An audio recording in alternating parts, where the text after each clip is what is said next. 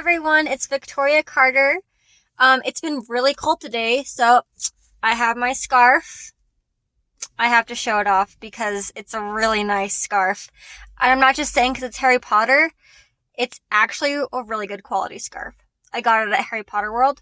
So if you go, get a scarf because if you live in a cold climate, you won't regret it. That's all I gotta say about that. I'm not sponsored, by the way. I just like this scarf a lot. Alright, today we're gonna talk about reader expectations. And I actually have a personal story that I want to share about this. And I'm not going to name the book mostly because I don't remember what it was called. That's pretty much why. But there was an expectation set in this book, and this book was really long, so I read a lot. I consider myself an avid reader.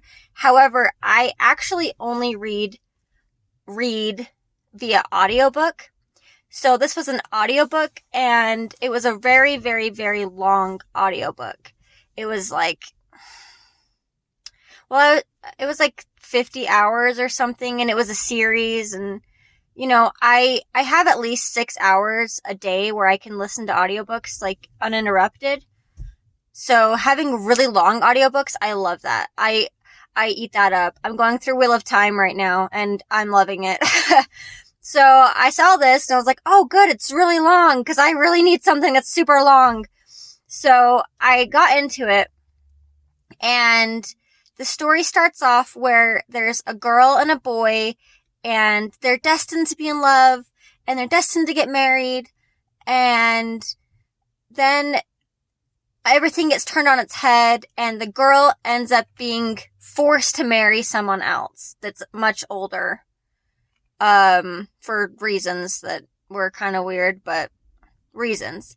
And, one of the tropes I really like is forced marriages, but then they end up falling in actual love, like, not forced, like, intercourse, but like forced, like, you have to get married, but like, the guy doesn't, like, touch her, hold her hand till she's like okay with it.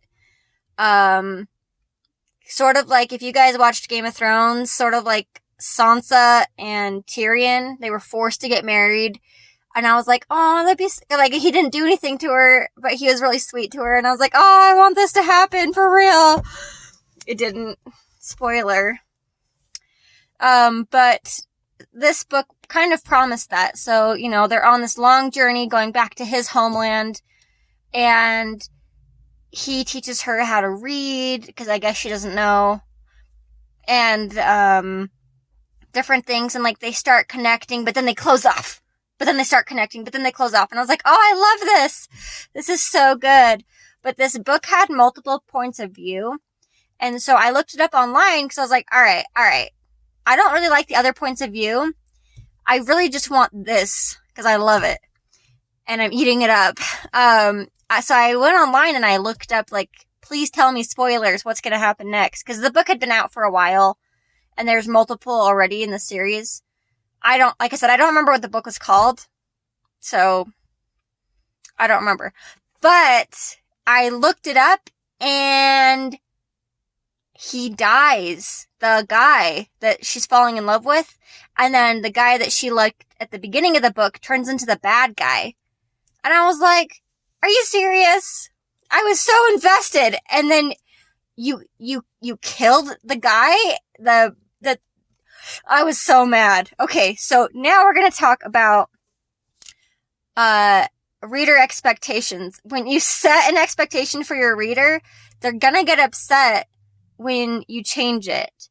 And that's why you need to be really careful about what you're setting up your reader to do, because, if they want to be involved in someone, and then you take that away, it's going to be really hard. So another example of this is, and I know this is really controversial, whatever. It's really, there's a lot of arguments around it. I can't talk today. I'm sorry. There's a lot of arguments about it. And that is starting your book with someone who's not the main character. And not in the main character's point of view.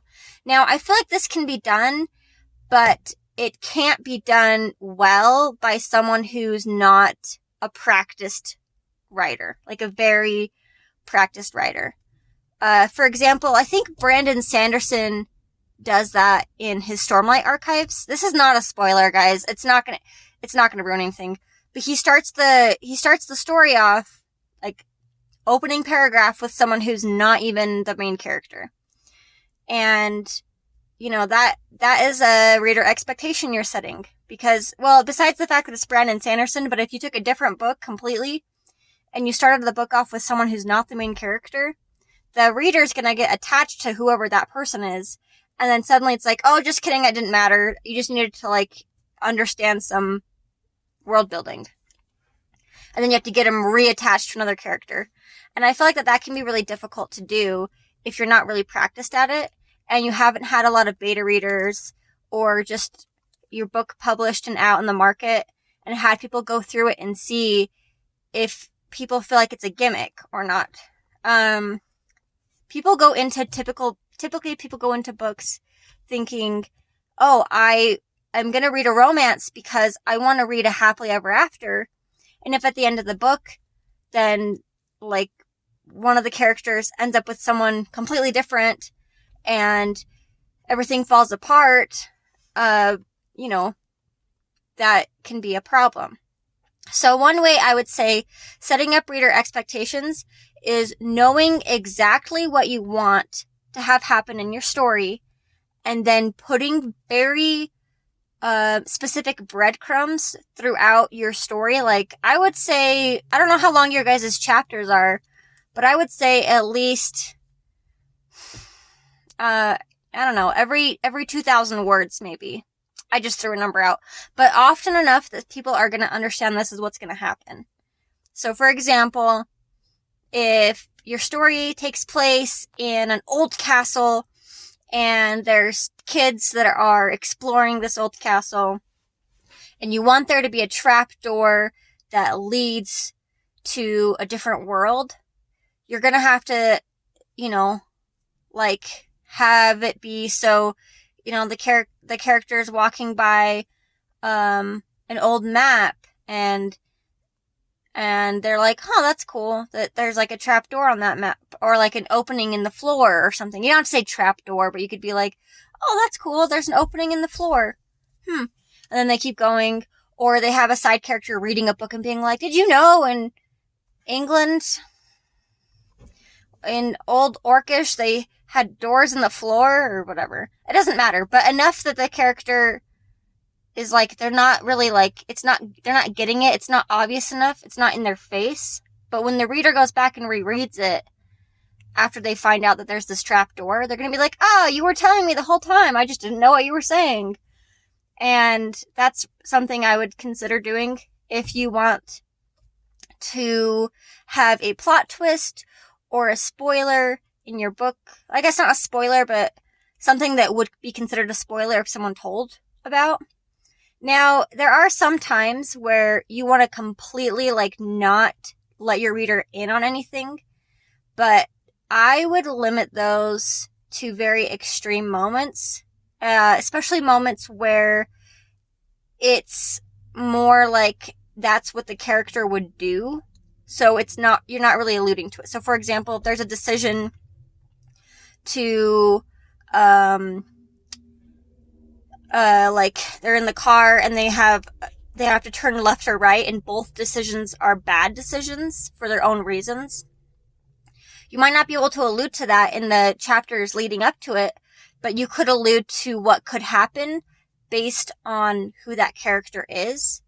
And that's the last point I want to leave you with character expectations, is one of the reasons that books can be ruined by the end, or there are things that can feel like a gimmick, is if the character is known to be a patient person and then suddenly they're just not patient anymore, or they're known to be very smart and then suddenly they're not smart anymore. You see this a lot with people complaining about the last couple seasons of Game of Thrones with Tyrion Lannister, where he's a really smart character and then he's suddenly surprised that the zombies are waking up in the crypt where he's at with all the women and children.